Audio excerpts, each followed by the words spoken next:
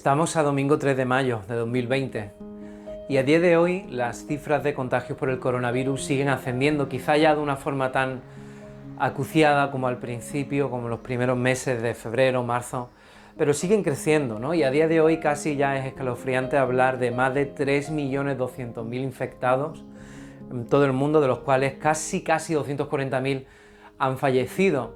En el caso de España, ya estamos redondeando un poco los números, 215.000 contagiados, de los cuales 25.000 han perdido la vida por causa de la enfermedad. Claro, con estas cifras sobre la mesa, lo más seguro es que en mayor o menor medida todos ya hemos perdido a uno o varios conocidos o seres queridos, ¿no? En algunos casos. En mi caso, yo hace 2 semanas perdí a mi abuelo paterno, y no fue en este caso una enfermedad de coronavirus ni nada por el estilo. Él falleció de la edad, básicamente, pero sí es cierto que la situación nos ha impedido juntarnos como familia y despedirnos de él como nos hubiera gustado hacerlo, ¿no? Con el calor de la familia, recordándolo, despidiéndonos de él, y nos queda esa negra huella, ese vacío profundo y desolador que se queda en el corazón cuando una persona fallece y hay un hueco que parece que nada puede llenarlo.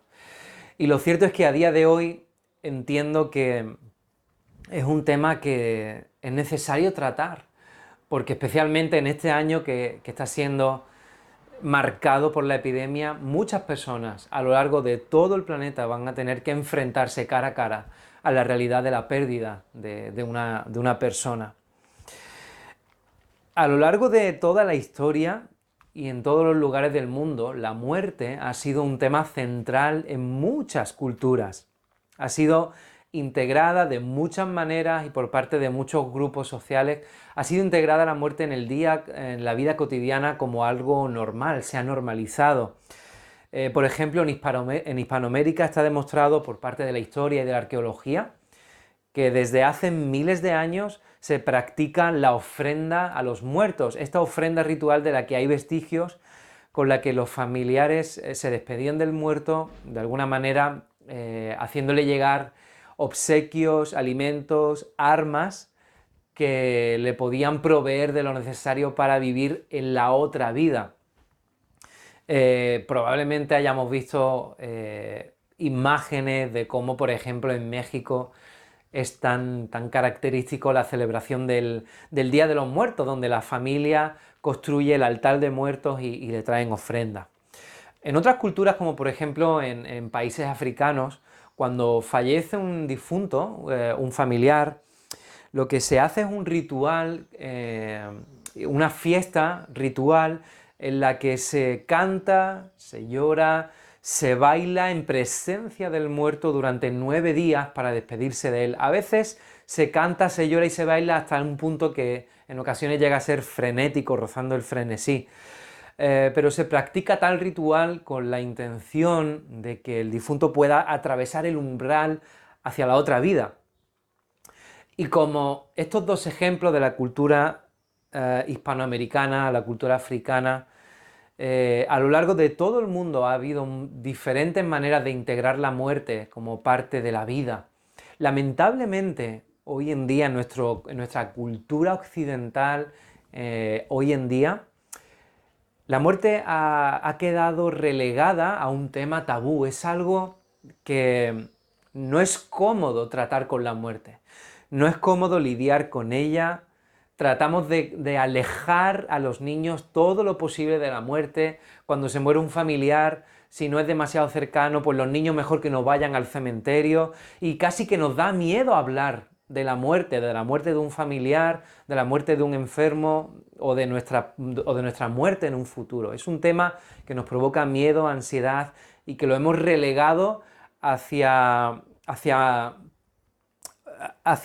debajo de esa alfombra que es el tabú, ¿no? Para no tener que hablar de ella, y vivimos de espaldas a la muerte como si la muerte no existiera, cuando en realidad es parte de la vida. Yo creo que en estos días más que nunca en los que muchos de nosotros estamos perdiendo seres queridos, necesitamos perderle miedo al tema de la muerte.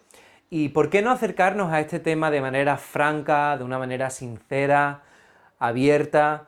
Y yo quisiera que en esta ocasión podáis acercaros conmigo a la Escritura y vamos a tratar de que la Escritura nos hable con nosotros acerca de la muerte. Vamos a acercarnos a la Biblia y vamos a plantear una serie de preguntas a ver lo que la Biblia tiene que decirnos a nosotros acerca de la muerte.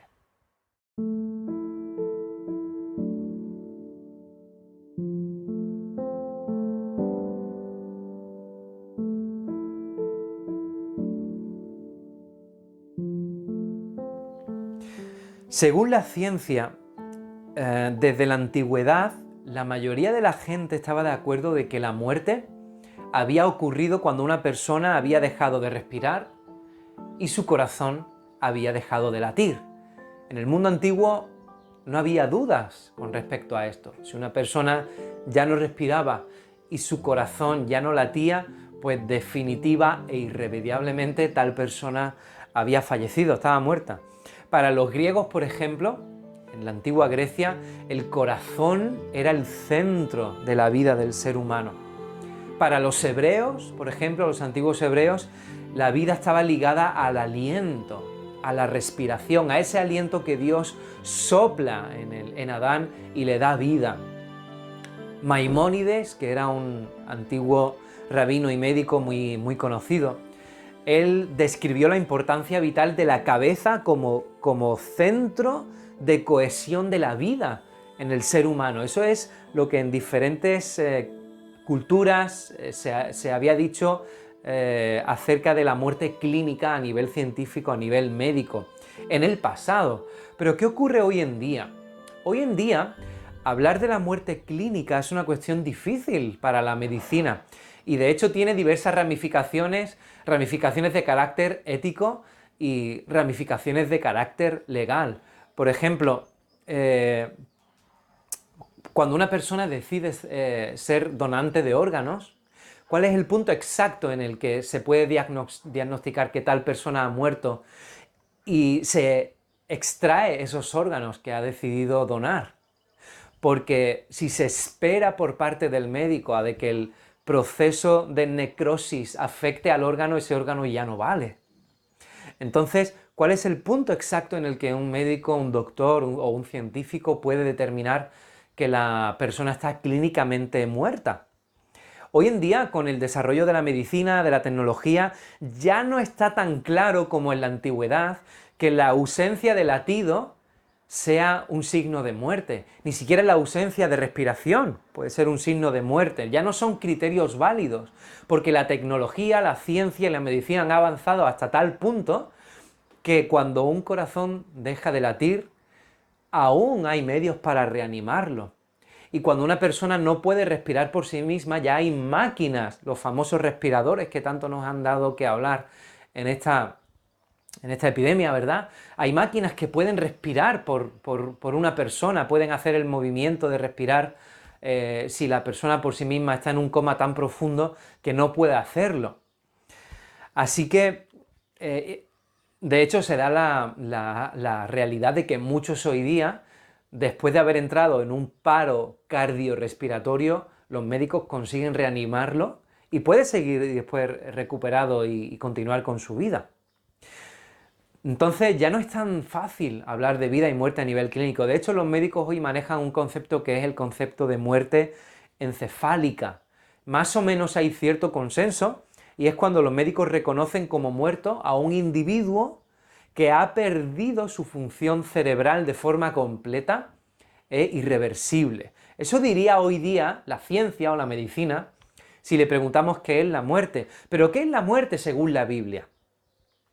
Según las enseñanzas de la Escritura, de la Palabra de Dios, la muerte es una realidad que tiene varias facetas más allá de la ausencia de vida física.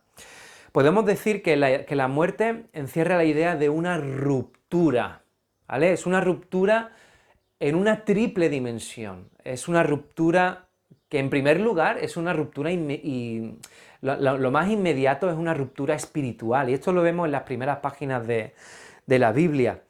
La ruptura espiritual, o sea, la muerte espiritual es una ruptura que hay entre Dios y el ser humano. Y esto se materializa de una manera muy gráfica en el capítulo 3 de Génesis. Todos conocemos de sobra esa historia. Dios crea al ser humano, Génesis 1 crea el mundo, con culminación de esa creación el ser humano. Génesis 2 amplía un poco para nosotros lo que fue la creación de Adán y luego de Eva. Y Génesis 3 nos narra cómo Adán y Eva cayeron en pecado, en desobediencia, y las consecuencias que tuvo esa desobediencia. En definitiva, ellos tomaron del árbol prohibido, y la Biblia dice que una vez tomaron del árbol prohibido, de ese fruto, sucedió lo siguiente, dice Génesis 3, versículos 22 al 24. Dice así: entonces el Señor Dios dijo: he aquí, el hombre ha venido a ser como uno de nosotros, conociendo el bien y el mal.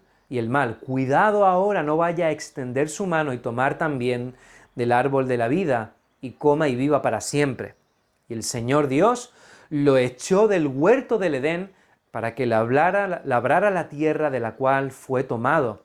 Expulsó pues al hombre al oriente del huerto del Edén, y puso querubines y una espada encendida que giraba en todas direcciones para guardar el camino del árbol de la vida. Bíblicamente hablando, se puede afirmar que el huerto del Edén era un punto de encuentro entre el cielo y la tierra. Era un punto de encuentro, un punto de conexión entre Dios y el ser humano. La comunión perfecta que allí se experimentaba, sin ningún tipo de interrupción ni de impedimento, quedó bruscamente fracturada el día que Adán y Eva desobedecieron.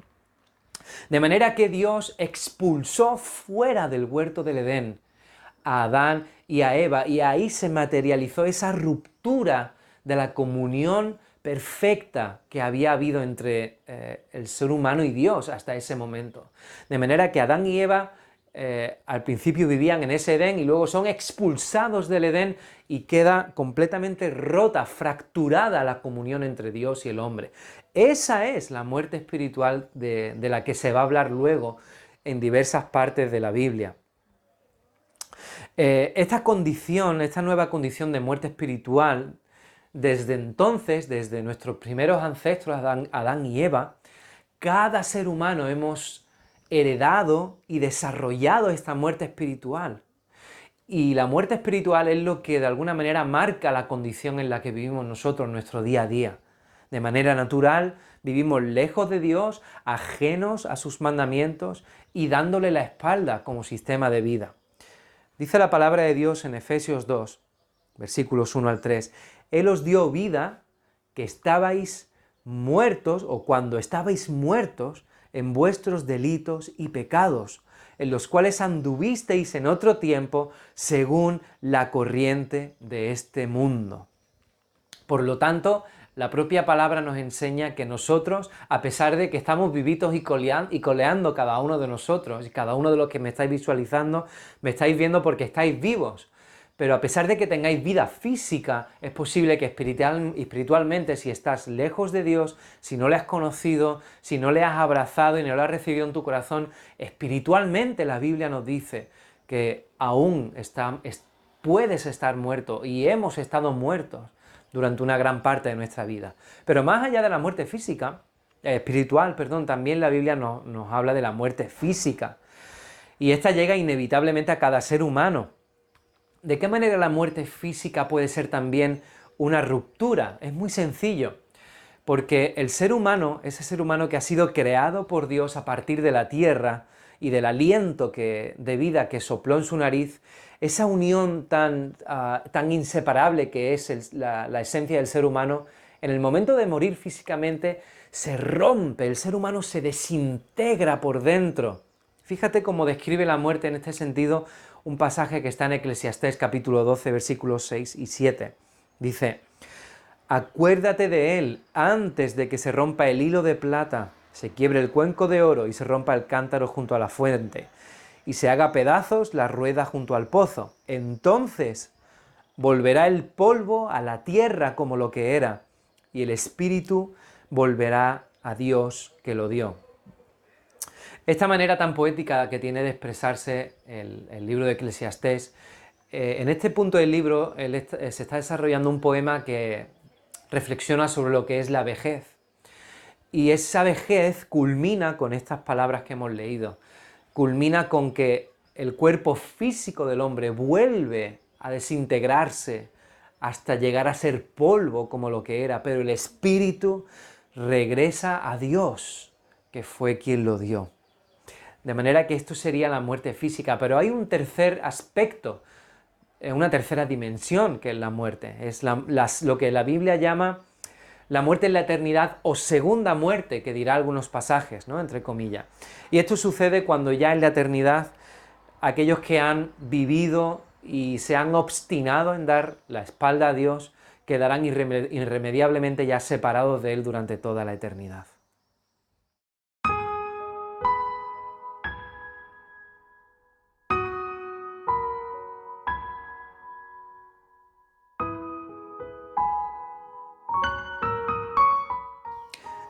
La enfermedad y la muerte son parte de la vida.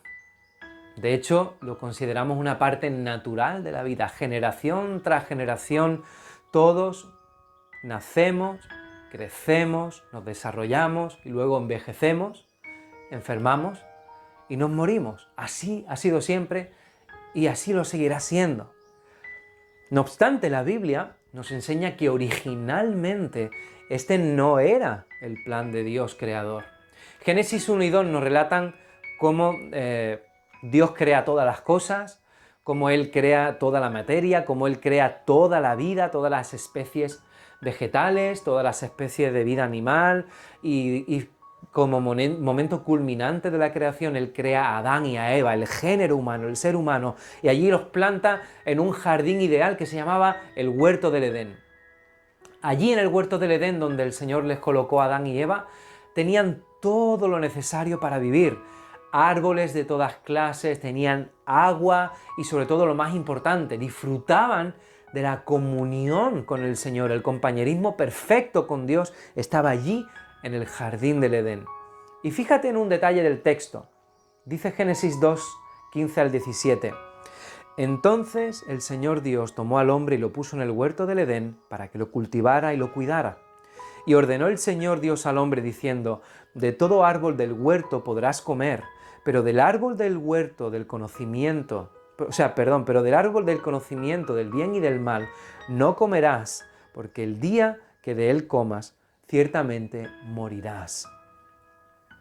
Así como hemos leído, tanto el hombre como su mujer se encontraban inicialmente en un estado de inmortalidad en el Edén, donde tenían toda a su disposición y donde la vida y la muerte era cuestión de obediencia o desobediencia, pero inicialmente estaban en ese estado de inmortalidad. Lamentablemente, a pesar de tenerlo todo a su favor, Adán y Eva decidieron dar la espalda a Dios y desobedecer comiendo de ese fruto del árbol prohibido. De manera que la propia Biblia nos enseña que esa desobediencia, o lo que es lo mismo, ese pecado,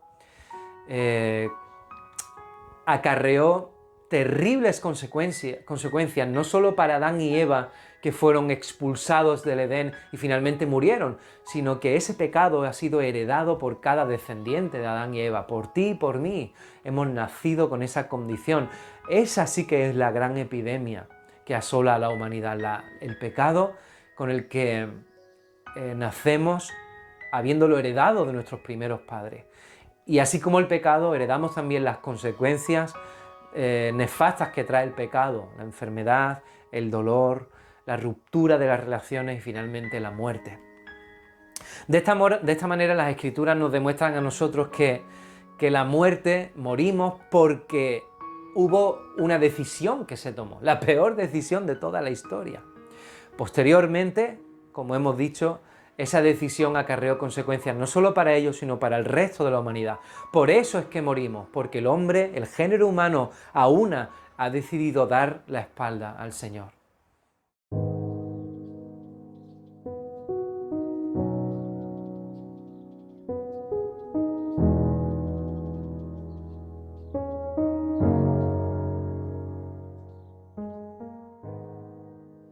A la luz de lo que nos enseñan las Escrituras, la muerte no es ni mucho menos el punto final de nuestra existencia. Más bien es la transición hacia nuestro estado definitivo. Pero es cierto que hay versículos que describen de manera muy específica qué sucede cuando una persona fallece en este mundo. De tal manera que, por ejemplo, si nos acercamos a la Escritura en el libro de Hebreos, versículo 9 y capítulo 9, versículo 27, dice así: así como está decretado que los hombres mueran una sola vez y después de esto, el juicio. Cuando una persona muere, dice la Escritura, que hay un juicio. ¿Qué juicio es ese? Ese es el juicio que todo ser humano, dice también la Escritura, es necesario que todo ser humano comparezca delante del tribunal de Cristo. De manera que cuando uno muere, no sucede como en la famosa película de Ghost, que uno puede decidir que su espíritu se quede por aquí pululando por si tiene algún que otro asuntillo pendiente que tiene que solucionar, o despedirse de sus seres queridos, o arreglar tal o cual situación. No, no es así. La Escritura dice que cuando uno muere, se presenta inmediatamente delante del trono de Dios, donde ha de comparecer y rendir cuentas, y hay un juicio. Ahora bien, la cultura popular nos ha enseñado que para cuando morimos y cuando llega ese momento del juicio, el juicio final, si queremos llamarlo así, es como si hubiese detrás de nosotros una gran balanza. Y en esa balanza se pone, por un lado, todo lo malo que tú has hecho en la vida, cada mentira, cada perversión, cada vez que has hecho daño, cada vez que has robado, cada vez que has hecho algo que ha ofendido a Dios o que era moralmente reprobable, está en un lado de la balanza. Y que en el otro lado de la balanza hay todo lo bueno, todas las bondades, todas las veces que has ayudado a alguien, todas las veces que te has esforzado por ser buena persona, está en el otro lado de la balanza. Y que dependiendo de a dónde se incline esa balanza, si ha sido más malo y pesa más lo malo, y si ha sido más bueno y pesa más lo bueno, eso va a ser lo que va a decidir dónde vas a pasar la eternidad. Pero ¿sabes qué? Eso que nos ha enseñado la cultura popular y que tenemos de una manera tan interiorizado en nosotros, no es realmente lo que enseña la Escritura.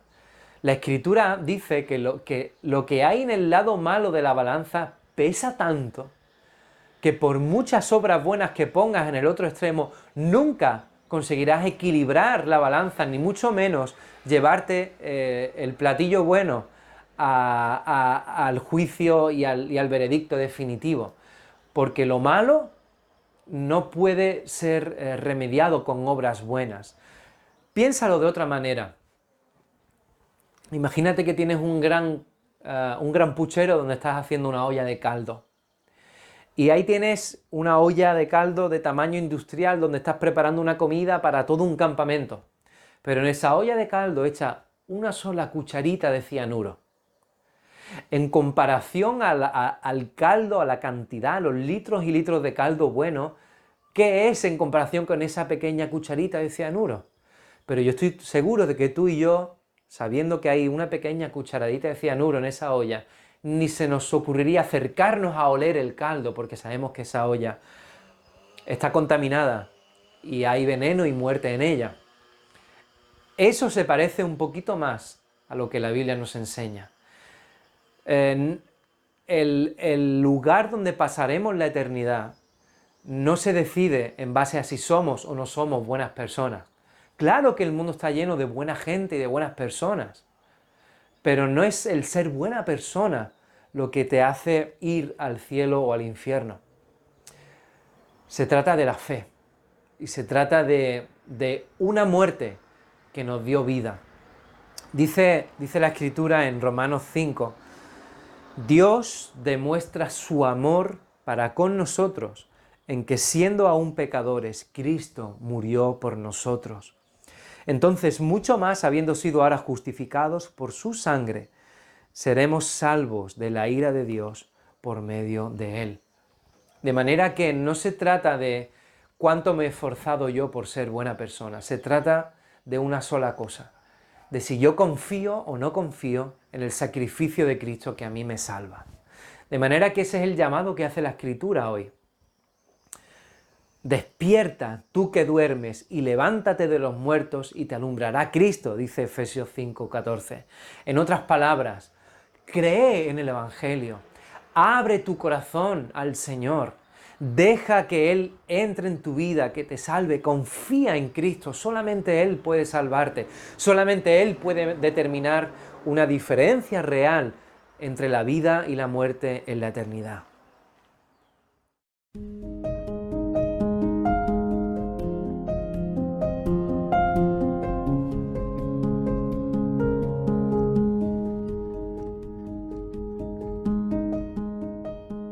Nuestra cultura española nos ha trasladado un refrán que dice el muerto al hoyo y el vivo al bollo. ¿Y con eso qué se nos quiere decir? Se nos quiere decir que, bueno, que mientras estemos vivos disfrutemos de la vida y pasémoslo todo lo mejor que podamos, porque una vez estemos muertos y vayamos al hoyo ya no hay más nada que hacer. Bueno, en realidad la fe ya hemos visto que nos provee una perspectiva radicalmente diferente con respecto a la realidad de la muerte. La muerte no es el punto final de nuestra existencia, es más bien el punto y seguido. La Biblia nos recuerda que la muerte sencillamente es un límite a esta existencia temporal, y por medio de ese límite tenemos que darnos cuenta de que es necesario invertir cada día con sabiduría. No obstante, cuando vemos partir a nuestros seres queridos, no deja de ser algo desgarrador y algo que te rompe el corazón. Por eso hay porciones de la Escritura que tratan de traernos consuelo cuando llega ese momento. Por ejemplo, fíjate las hermosas palabras que escribe Pablo en 1 Tesalonicenses capítulo 4, versículo 13 en adelante, donde dice: «No queremos, hermanos, que ignoréis acerca de los que duermen, para que no os entristezcáis como lo hacen los demás que no tienen esperanza. Porque si creemos que Jesús murió y resucitó, así también Dios traerá con él a los que durmieron en Jesús. Por lo cual os decimos esto por la palabra del Señor, que nosotros, los que estemos vivos y que permanezcamos hasta la venida del Señor, no precederemos a los que durmieron.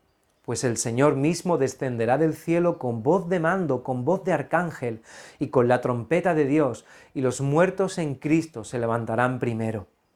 Entonces nosotros, los que estemos vivos y permanezcamos, seremos arrebatados juntamente con ellos en las nubes al encuentro del Señor en el aire, y así estaremos con Él, con el Señor para siempre. Por lo tanto, confortaos unos a otros con estas palabras». Amén y amén. Hermanos, tú y yo tenemos que traer consuelo a nuestra vida en este momento. Tú y yo que estamos velando a un ser querido, tú y yo que probablemente hayamos perdido a una o más personas más o menos cercanas, tenemos que recordar lo que la Escritura nos está diciendo hoy. Que los muertos no se han desintegrado, no han dejado de existir, nos están esperando, nuestros seres queridos están con el Señor y tarde o temprano nuevamente los volveremos a ver. Solamente tenemos que creerlo. Ahora bien, más allá del consuelo que nos trae la Escritura en este día, déjame trasladarte para terminar algunos consejos que los expertos en psicología nos trasladan cuando estamos lidiando con la realidad del duelo y de la muerte. Primer consejo es: habla de la muerte de ese ser querido con tus amigos y tus familiares. El hecho de hablar de ello produce un efecto terapéutico. Negarse a hablar de ese tema, ignorarlo y tratar de convivir con el tema de la partida de un ser querido como si no hubiera existido y tratar de barrerlo debajo de la alfombra, es doloroso y es dañino. Es mucho más sano, dicen los expertos, aprender a hablar de la pérdida de de ese ser querido ayuda a normalizar y a procesar esa pérdida. Segundo consejo, acepta tus sentimientos. Después de la muerte de alguien cercano es normal, completamente normal, sentir tristeza, sentir rabia, sentir frustración, sentir agotamiento, incluso culpabilidad. Acepta cómo te sientes, acepta y es necesario que hagas el proceso de experimentar esos sentimientos. No los escondas, no los niegues, no reniegues de cómo te sientes. Acéptalos y comunícalos.